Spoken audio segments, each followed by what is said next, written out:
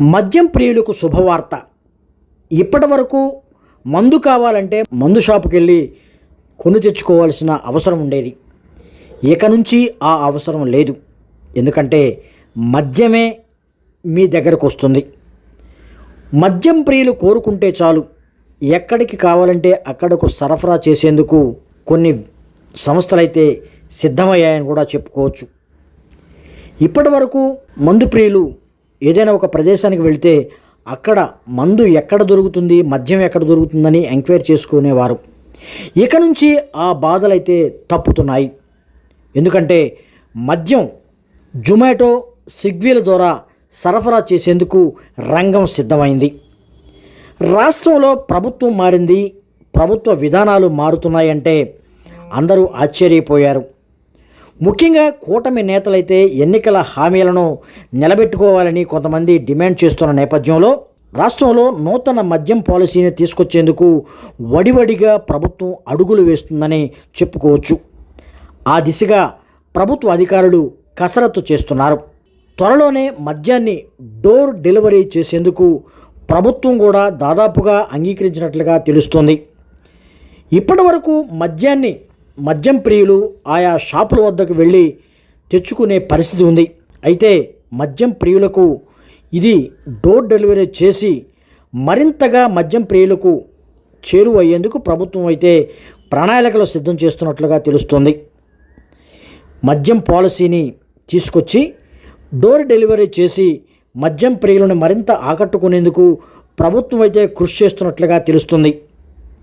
ఇప్పటి వరకు స్విగ్గీ, జొమాటోలు ఆహార పదార్థాలను మాత్రమే సరఫరా చేసేవి. అయితే ఇక నుంచి రాష్ట్రంలో మందులు కూడా నాణ్యమైన మద్యాన్ని డోర్ డెలివరీ చేసేందుకు రంగం సిద్ధమైంది. ఎన్నికల సందర్భంగా కూటమి నేతలైతే మాత్రం కొన్ని హామీలు ఇచ్చారు. నాణ్యమైన మద్యాన్ని సరఫరా చేస్తాము, తక్కువ ధరలకే మద్యాన్ని అందుబాటులో ఉంచుతామని ఏదైతే హామీ ఇచ్చారో ఆ హామీను నెరవేర్చేందుకు నేతలైతే త్వరిగా అడుగులు వేస్తున్నారని కూడా చెప్పుకోవచ్చు. ఎన్నికల్లో జగన్మోహన్ రెడ్డి ఇచ్చిన హామీలు వేరుగా ఉంటే కూటమి నేతలు ఇచ్చినటువంటి హామీలు మరో విధంగా ఉన్నాయి. జగన్మోహన్ రెడ్డి మీ పిల్లలకు నాణ్యమైన ఆంగ్ల విద్యను టోఫెల్ ద్వారా అందిస్తాను, అంతర్జాతీయ స్థాయిలో మీ పిల్లలను చదివించే బాధ్యత నాది అంటూ హామీ ఇచ్చారు. అంతేకాకుండా మెరుగైన వైద్య సేవలు అందిస్తామని హామీ ఇస్తే కూటమి నేతలు మాత్రం నాణ్యమైన మద్యాన్ని సరఫరా చేస్తాం, తక్కువ ధరలకే విక్రయిస్తామని హామీ ఇచ్చారు. ఈ హామీలను దృష్టిలో పెట్టుకొని మద్యం ప్రియులైతే మాత్రం కూటమి నేతలను భారీ మెజారిటీతో గెలిపించారు.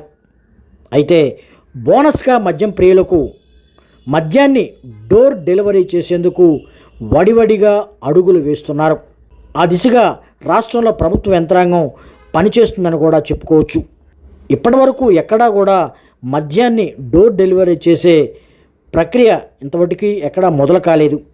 అయితే రీసెంట్గా ఇక మొదలయ్యే ఈ మద్యం డోర్ డెలివరీ ఏ విధంగా ఉండబోతుంది, ఎటువంటి పరిస్థితులకు దారి తీయబోతుందనేది కాలమే నిర్ణయిస్తుంది.